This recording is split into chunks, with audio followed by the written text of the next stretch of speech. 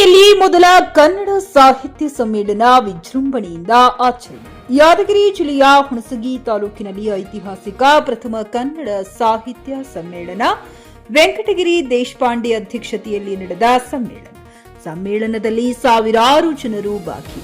ಧ್ವಜಾರೋಹಣದ ಮೂಲಕ ಕಾರ್ಯಕ್ರಮಕ್ಕೆ ಚಾಲನೆ ಕೊಟ್ಟ ಸುರಪುರ ಶಾಸಕ ರಾಜ ವೇಣುಗೋಪಾಲ್ ನಾಯ್ಕ್. ಅದಾದ ನಂತರ ಮಹಾಸ್ವಾಮಿ ವೃತ್ತದಿಂದ ರಥಕ್ಕೆ ಚಾಲನೆ ನೀಡಿದ ಬಿಜೆಪಿ ಯುವ ಮುಖಂಡರ ಬಬ್ಲುಗೌಡ. ಗಂಡು ಡೊಳ್ಳಿನ ನೃತ್ಯ, ಹೆಣ್ಣು ಡೊಳ್ಳಿನ ನೃತ್ಯ, ಯಕ್ಷಗಾನ ನೃತ್ಯ, ಮಕ್ಕಳ ಕೋಲಾಟ, ಕುಂಭ ಹೊತ್ತ ಮಹಿಳೆಯರು ರಸ್ತೆಯುದ್ದಕ್ಕೂ ತಮ್ಮ ನೃತ್ಯ ಮತ್ತು ಮೆರವಣಿಗೆ ಮೂಲಕ ಕಾರ್ಯಕ್ರಮಕ್ಕೆ ಸೌಂದರ್ಯವನ್ನ ಹೆಚ್ಚಿಸಿ ಜೀವ ತುಂಬಿದ್ದಾರೆ.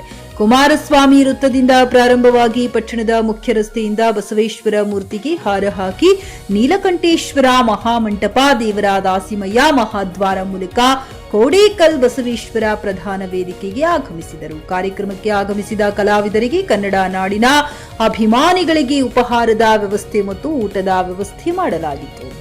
ರಸೂಲ್ Bennur, JK news Kannada, Hunasagi.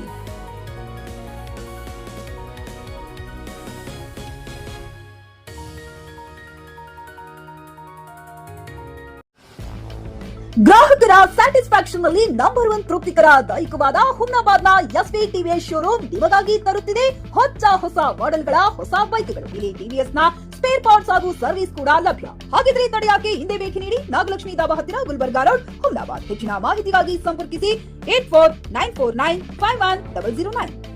Flat ಖರೀದಿಸುವ ಪ್ಲಾನ್ ಇದ್ದೀರಾ?